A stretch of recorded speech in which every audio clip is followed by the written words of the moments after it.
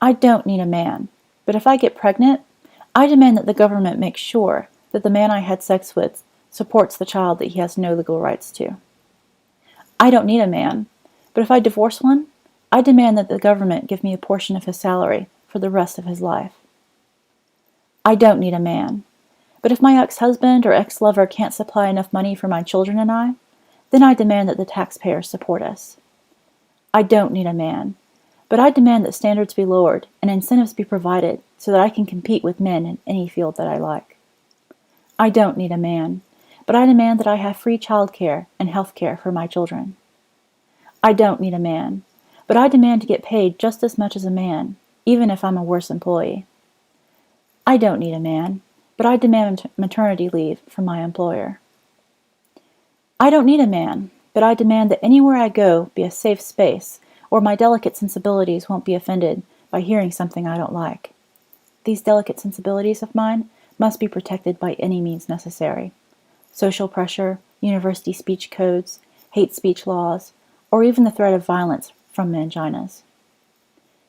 I don't need a man, but I demand the protection of men in the military, law enforcement, fire department, and of civilian men in general. And I demand that I gain entry into any of the previously mentioned occupations with much lower physical standards. I don't need a man, but I demand that any accusation I make against men be accepted unconditionally by the authorities. I don't need a man, but I demand entry into all male-only spaces, and further demand that the men there must change to accommodate me and my desires. I don't need a man, but I demand medical research and popular concern be focused on my problems, despite men dying sooner than women do.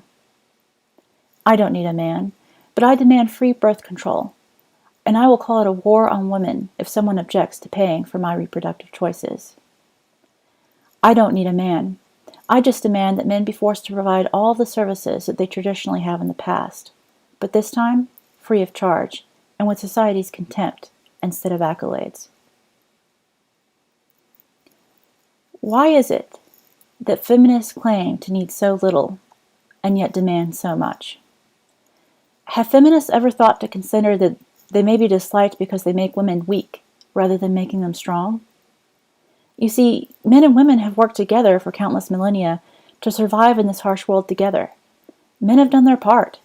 They've died by the millions in wars, they've slaved their lives away in grueling jobs, and by their labor, by their blood and sweat and tears, they have built this modern world where life doesn't have to be as cheap as it once was.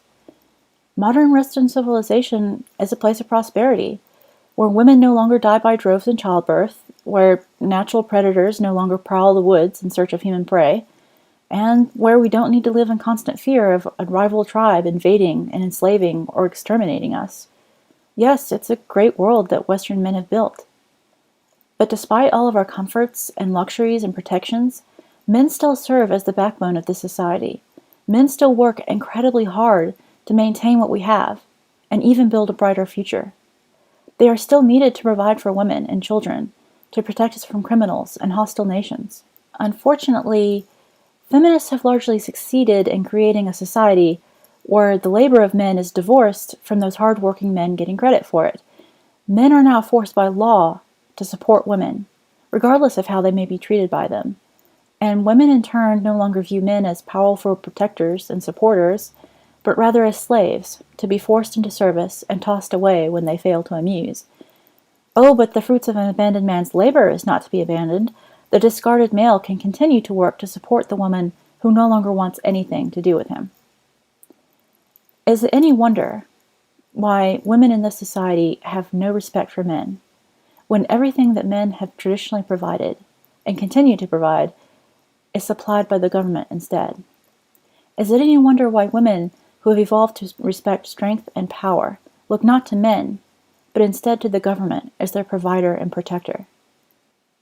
But even with the government forcing men to provide for women in so many ways, and with so little thanks for it, there are still consequences for the women and children who are told that they only need the benevolent hand of government instead of a real father or husband. We have whole generations of children growing up without men in their lives. The latest research says that 1 in every 3 children does not have a father living at home. The terrible consequences of this are readily observable. We have women becoming increasingly bitter and entitled, despite receiving all that they demand and more, like spoiled children who throw a tantrum at the drop of a hat. We have men who feel increasingly bitter and alienated, finding it more and more difficult to support a society that not only fails to recognize their vital contributions, but also blames them for all of its problems, real or imagined. I really don't believe that the misandry that dominates our society can last that much longer in the scheme of things. It's a sickness that infects Western society and one from which we will either recover or die. To devalue half of our population, to exploit them, manipulate them, can only be sustained for so long. Well, that's all I have to say about that. Before I go, I just want to thank A Voice for Men Radio for featuring my videos on their blog. You guys are awesome, and I really appreciate all that you do. In the unlikely event that you like my videos, but you haven't seen A Voice for Men, check out the link below. I'd also like to thank Benjamin and Soul Books for donating to my channel. I am so grateful for your support. Thank you. Until next time, this is Shieldwife, and thanks for watching.